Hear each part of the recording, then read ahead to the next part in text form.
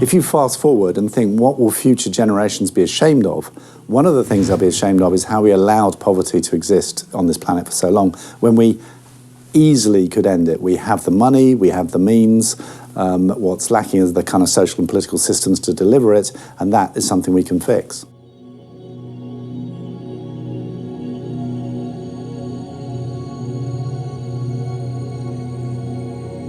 The latest figure is that you could eradicate, not just half, but eradicate all poverty below a very low level of $1.25 a day with $60 billion a year, which is actually very small money. The biggest killer of children in the whole world is diarrhea. We've had the solution for that for 100 years. It's a sachet of powder that costs 5 pence. Just because we can come up with solutions, there's still a political and social inertia to actually get out there and use that. Eradicate all poverty with $60 billion a year. $60 billion. $60 billion. $60 billion. Eradicate all poverty with $60 billion a year, which is actually very small money. Very small money. Very small money. Very small money. If you do the numbers, if you look at the hard facts, because of the level of inequality in the world today, we could actually eradicate that poverty without putting the planet under any further stress. I'll give you an example. Just to meet the food needs of those 850 million people who live with hunger would take less than 1% of the world's current food supply. That's nothing. To get everybody out of poverty, everybody who's living at least on $1 a day, that would take a fraction of 1% of the world's income. And if you wanted to get electricity to everybody who currently doesn't have it, that would take less than 1% of the world's carbon dioxide emissions. So just those facts alone show that you can't say that tackling poverty, eliminating poverty, would cause unbearable environmental stress. That is not the source of the stress.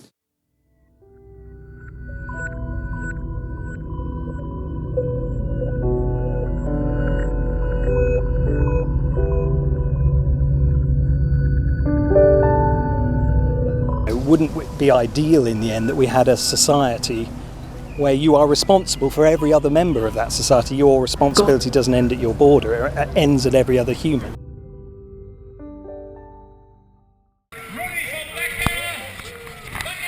What we can do if we see serious problems in countries far away from our own is not to simply be defeated by a sense of impotence that we can't, it's too big for us, that we can't affect change there, so what's the point, and just go back to our normal lives.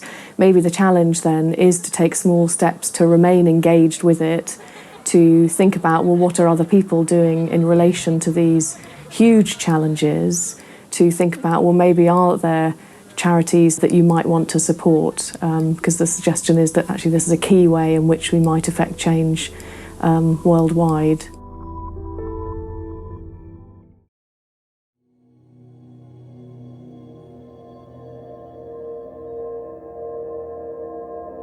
Making this film has restored our faith in human beings and the connections that can be made with one another.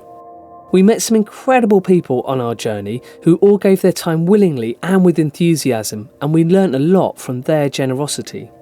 Solutions are the future. As humans, we have an amazing capacity to think big, to imagine beyond our current existence. This can be our blessing or our downfall, but it's up to us to choose which path we take.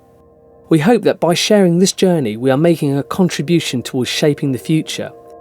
To further this, we have created a very easy to use online video forum so that you can share your thoughts, stories and solutions on these topics too. We'd like to get everyone involved in discussing these ideas because if we share our knowledge, we can learn from one another.